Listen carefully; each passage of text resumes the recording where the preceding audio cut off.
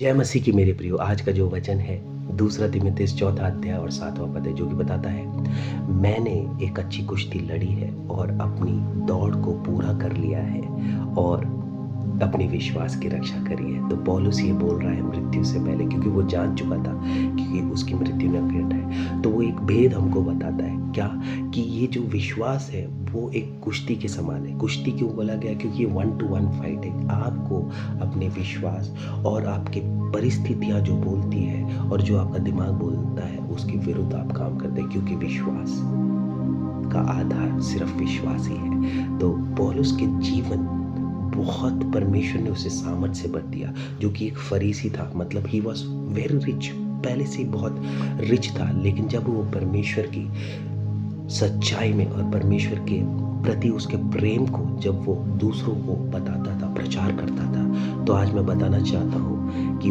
उसके जीवन में क्या क्या घटनाएं आई, लेकिन वो परमेश्वर में डटा रहा, वो विश्वास योग्य बना रहा। दूसरा फिलिपियो दूसरा अध्याय और उसका 17वां पद, जो कि बताता है कि मैं विश्वास के बलिदान के लिए एक जल के समान उड़ेला भी गया तो भी मैं आनंदित हो जाता हूँ। इंग्लिश में लिखा है, I have poured out myself like a drink offering. तो आज वो बोल रहे कि मैंने ऐसा उड़ेला गया हूँ, जो कुछ मेरे पास था मैंने वो सब कुछ दे दिया है। और अगर आप चले आगे, तो अगर दूसरा तिमुथियुस चौथा अध्याय और उसका 13वां पद में देखेंगे, उसके पास ऐसा हुआ कि उसके पास एक चादर तक नहीं बची। तो उस पद में वो बोलता है, त्रोआस नामक शहर से उसकी वो चादर ले आना, जब वो बंदी गृह में बंदी बना हुआ था।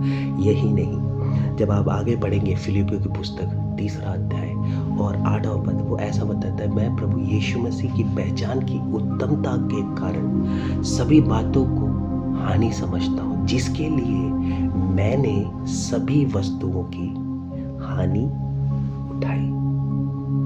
और पर वो आगे क्या बोलता है, आप सुनिए, उससे कूड़ा समझता हूँ, it's like a dustbin, it's like a garbage, और जिससे कि मैं मसीह को प्राप्त करूँ। यानी कि उसने हर चीज में परमेश्वर को नंबर 1 उसको आगे रखा और उसकी जो इच्छा थी वो पूरी करी। और मैं आपको एक सीक्रेट बताता हूँ, अगर आप सोच रहे होंगे परमेश्वर दुख देने वाला है या ऐसा कुछ करने वाला, तो ऐसा कुछ नहीं। ये परमेश्वर का प्लान खासकर पौलुस के लिए था। एक विरोधी जब विश्वासी बनता है तो उसके जीवन में ऐसा सामर्थ आता है कि वो नए नियम की 27 किताबों में से 13 या 14 किताब लिख डालता है। यानी कि दूसरा 2/3 ऑफ द बाइबल नए नियम की पौलुस ने लिख डाली। और उसका विश्वास से आज हम प्रेरित होकर, आज हम भी उसी विश्वास में जब उसी की तरह दौड़ेंगे तो उस जीवन को मुकुट को पाएंगे। इतना अद्भुत